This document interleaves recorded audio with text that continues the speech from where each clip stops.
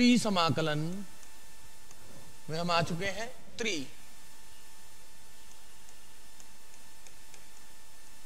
3 समाकलन। तो देखिए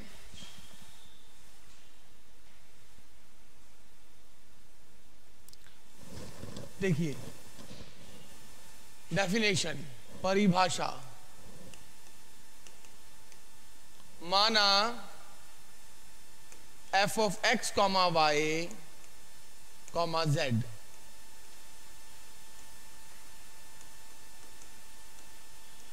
माना f of x comma y comma z चरों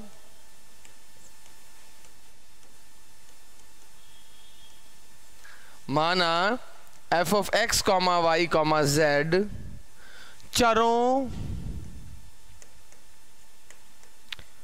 माना f of x comma y comma z चरों x comma y comma z का एक मानी संतत फलन है।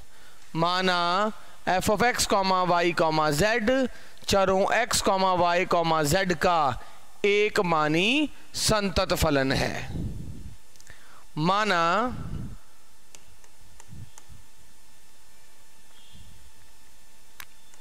v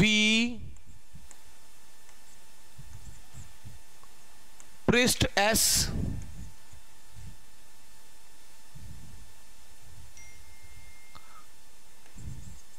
माना v पृष्ठ s से घिरा माना v पृष्ठ s से घिरा आयतन है।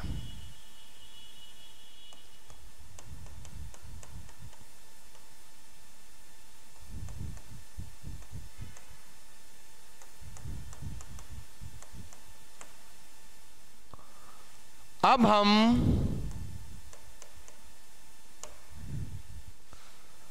आयतन v को सब आयतनों delta v1 delta v2 delta vn में विभाजित करेंगे। अब हम आयतन v को उप आयतनों delta v1 delta v2 delta vn में विभाजित करेंगे। तब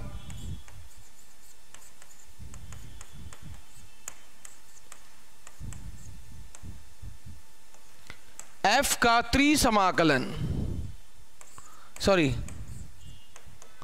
तब आयतन v पर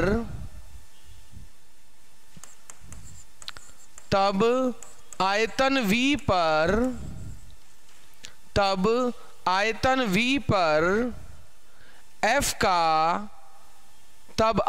v पर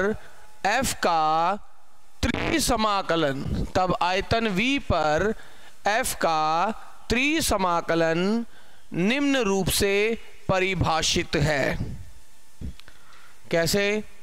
triple integration over v f of x comma y comma z dv,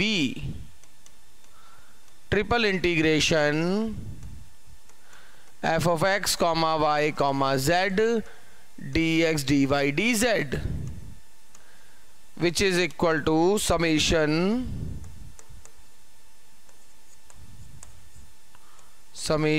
I बराबर 1 to n f of xi yi zi delta xi delta yi delta zi, जहां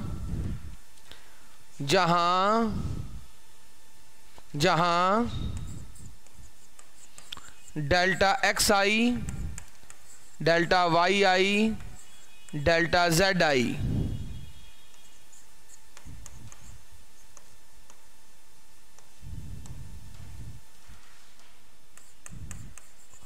आइवें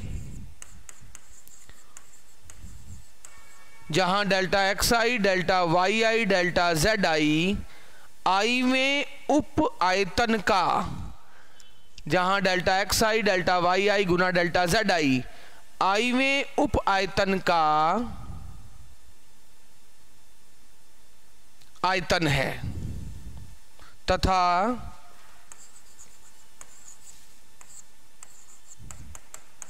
x i, y i, z I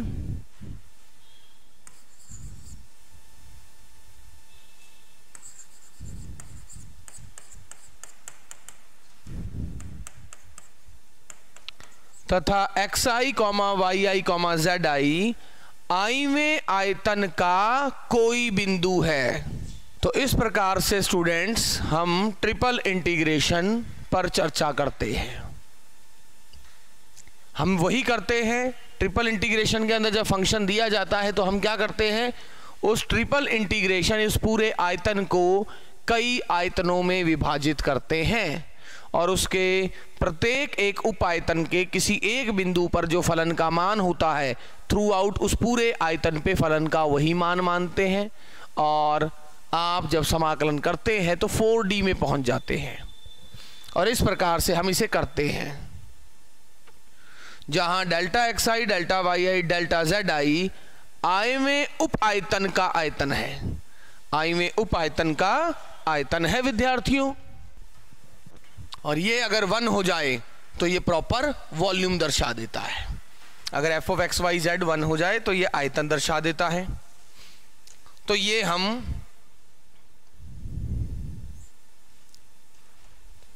triple integration वही हमें सीधा 3 बार समाकलन करना है, जैसे वहां था,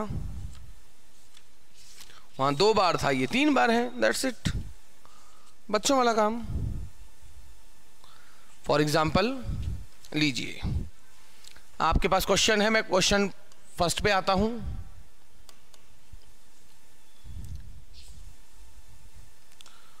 जीरो से log 2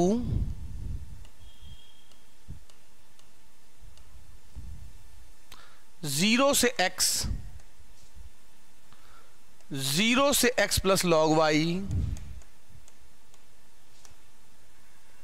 e की पावर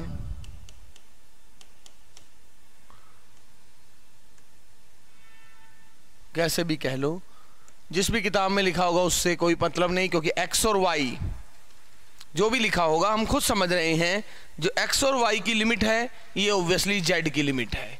जब z के लिए समाकलन करके x और y डाल दिया तो सब कुछ x और y में बच गया। फिर जब x के लिए समाकलन किया, सॉरी y के लिए समाकलन किया तो y की जगह x पुट कर दिया, फिर सब कुछ x में बच गया। ऐसे तो आप देखिए, जब समाकलन करूंगा, अब e की पावर a प्लस z का, e की पावर a प्लस z और इसका डेरिवेटिव नीचे, डेरिवेटिव 1 है, x प्लस ln y। अब सब कुछ x और y में बच गया, पुट करें,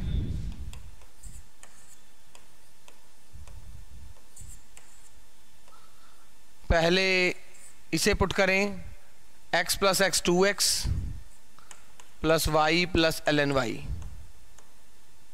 0 पुट करें तो e of x plus y। ये पहले जो x की फॉर्म में है ये y की लिमिट है, बाद में x की। अब ये है, अगर आप ध्यान से देखो तो ये कुछ ऐसे भी लिख सकते हो आप, एक स्टेप और लिखना चाहें तो 3 में का मतलब बस 3 बार गुना करना है, e की पावर 2x इंटू ई की पावर y, e की पावर ln y का मतलब y।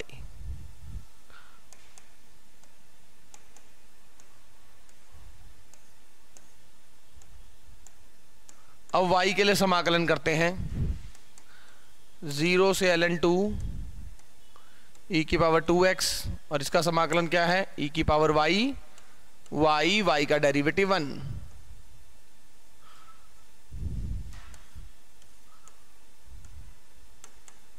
e की पावर y का e की पावर y,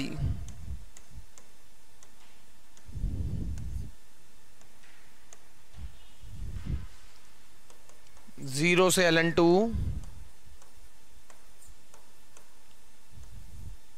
ई की power x into x minus 1 minus e की पावर 0 तो 0 1 है, 0 माइनस 1 तो 1 इंटू माइनस 1 इज माइनस 1, ई की पावर x माइनस ई की power 0।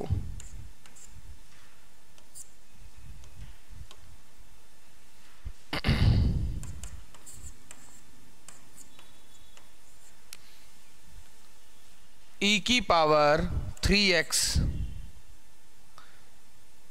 Into x minus e की पावर x प्लस ई की पावर 2x माइनस ई की पावर 2x प्लस ई की पावर x।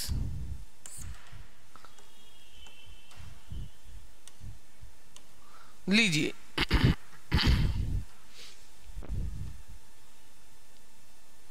इसके बाद अब मुझे इसका समाकलन करना है। अब प्लस ई की पावर x है कि माइनस प्लस ई की पावर x है, तो ये स्टेप था।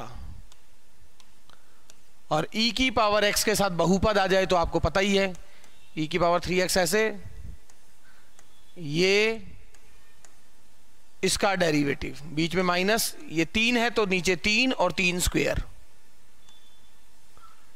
ई की पावर x का ई की पावर x, और फिर अब 0 से ln2 डायरेक्ट समाकलन बताया था आपको। अब यहां पर ये रखेंगे तो ln2 ई की power 3 ln2 ln2 by 3 minus 4/9 ई की पावर ln2, ये तो मैंने पहले पुट कर दिया ln2 माइनस ई की पावर 0 1 0 तो 0 माइनस 1 माइनस 4/9 प्लस 1। उम्मीद है कैलकुलेशन सही रही है। ये 3 ऊपर गया, ई की पावर ln 8 आ गया, 8 गुना ln2 by 3, 8 चौके 32/9 प्लस 2, और यहां माइनस 5/9 कितना आया, माइनस 37 प्लस 18 माइनस 19।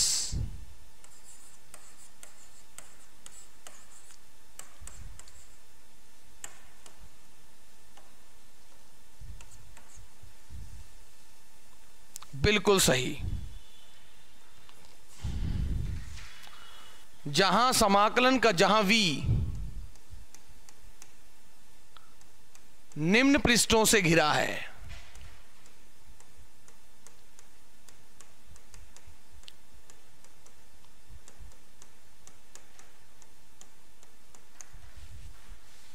और वो पृष्ठ कौन से दे रखे हैं,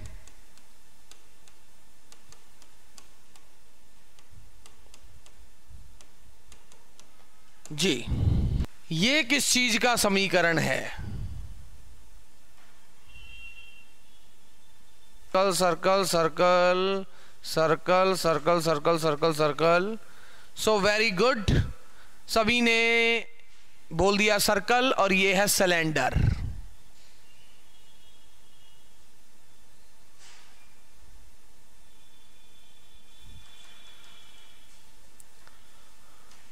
में ये जैसे x बराबर 1 बोलूं तो 1D में x बराबर 1 एक पॉइंट है, 2D में अगर बात करें तो x बराबर 1 एक लाइन है, और यही 3D में बात करें x बराबर 1 का मतलब x बराबर 1 है और बाकी दूसरा वेरिएबल फ्री है, और 3D में x बराबर 1 एक समतल है। उसी प्रकार 2D में ये सर्कल होता, मगर ट्रिपल इंटीग्रेशन है तो 3D में।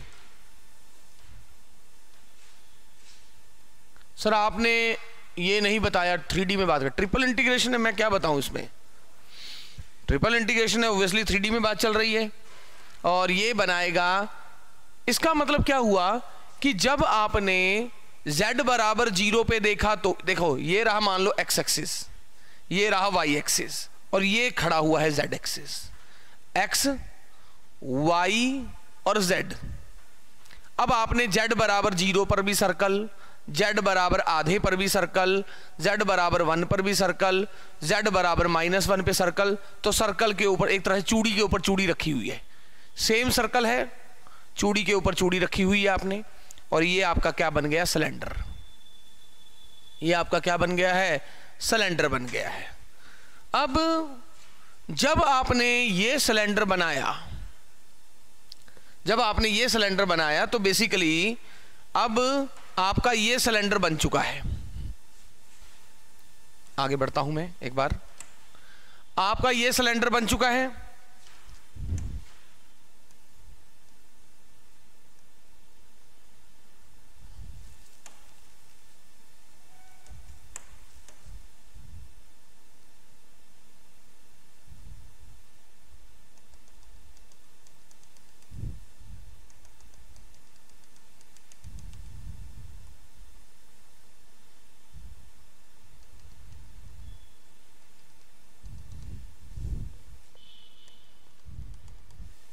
ये आपका सिलेंडर बन चुका है।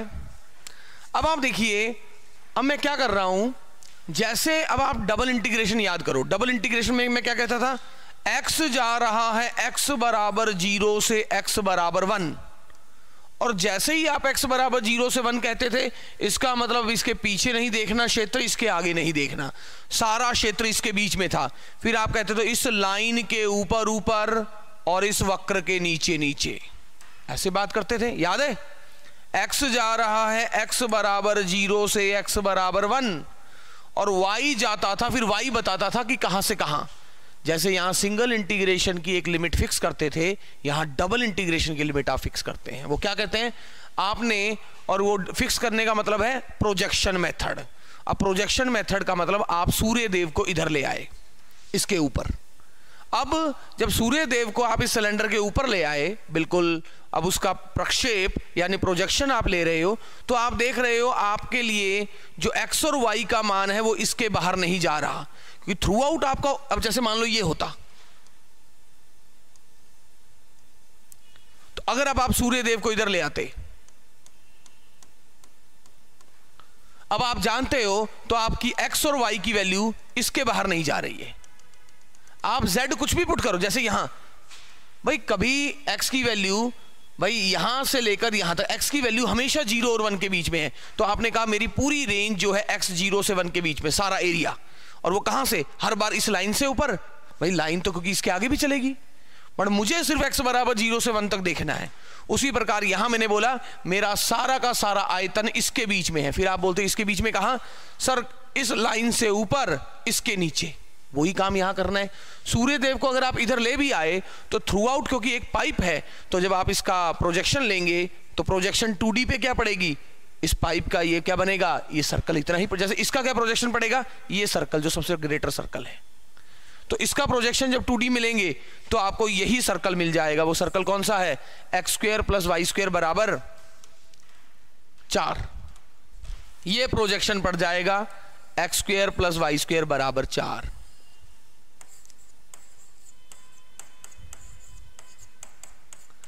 तो आपने सबसे पहले क्या किया, सर देखिए आपका जो ये पूरा सिलेंडर था, आपने z बराबर 0 और z बराबर 1 से काटा।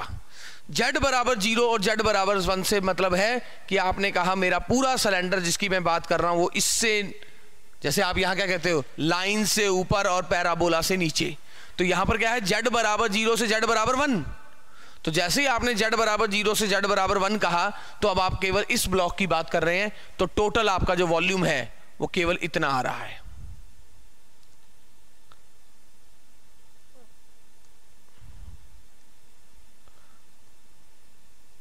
z बराबर 0 से, यहां z बराबर 0 है और यहां z बराबर 1 है।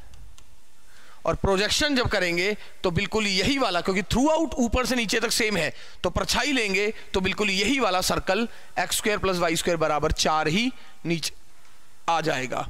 तो आप क्या कहना चाह रहे हैं, हमने क्या बोला, ट्रिपल इंटीग्रेशन z कहां से कहां तक जा रहा है, z बराबर 0 से z बराबर 1। जैसे ही z बराबर 0 से 1 हुआ तो आपका सिलेंडर इतना आ गया। अब इसका प्रोजेक्शन लिया, उस प्रोजेक्शन ने बताया कि आपने z तो ये ले लिया, बट ये z बराबर 0 से 1 तक आखिर है कहां तक, आप करें इसके बीच में जो मेरा कर्व है, और ये क्या है, ये बन रहा है x square plus y square बराबर 4। और फिर डबल इंटीग्रेशन में जैसे इसको सॉल्व करते हैं आप वैसे सॉल्व कर देंगे, आपका है z dx dy। अब z का समाकलन क्या होता है सर, z स्क्वायर बटा 2, और जब पुट करेंगे तो 1 बटा 2।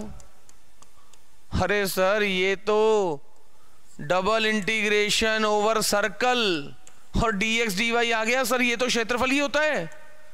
क्षेत्रफल मतलब इस सर्कल का क्षेत्रफल, और इस सर्कल का क्षेत्रफल क्या है, पाई r स्क्वायर। सो सर हमारा आंसर आ गया है 2 पाई।